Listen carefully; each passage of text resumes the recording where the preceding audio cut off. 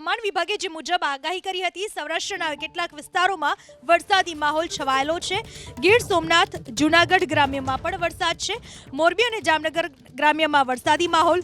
સુરેન્દ્રનગર અને બોટાદ શહેરમાં પણ વરસાદ વરસી રહ્યો છે. સારા વરસાદથી ખેડૂતો ખુશખુશાલ. સૌરાષ્ટ્રના જિલ્લાઓમાં વરસાદી માહોલ છવાયેલો છે. ક્યાંક ધીમી ધારે તો ક્યાંક ધોધમાર વરસાદ વરસી રહ્યો છે. ખાસ કરીને ગીર સોમનાથ, જૂનાગઢના ગ્રામ્ય વિસ્તારોમાં વરસાદી માહોલ છવાયેલો છે. વરસાદ વરસતા ખેડૂતો ખુશ થઈ ચૂક્યા છે. મોરબી અને જામનગર ગ્રામ્યમાં પણ વરસાદી માહોલ છવાયેલો છે.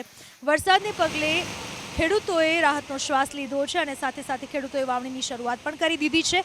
અલગ અલગ દ્રશ્યો મેં આપને બતાવી રહ્યા છીએ. ગીર સોમનાથના ગ્રામ્ય વિસ્તારો, જૂનાગઢના ગ્રામ્ય વિસ્તારો, મોરબી, સુરેન્દ્રનગર, જામનગર અને બોટાદ શહેર, આ તમામ દ્રશ્યો મેં આપને બતાવી રહ્યા છીએ.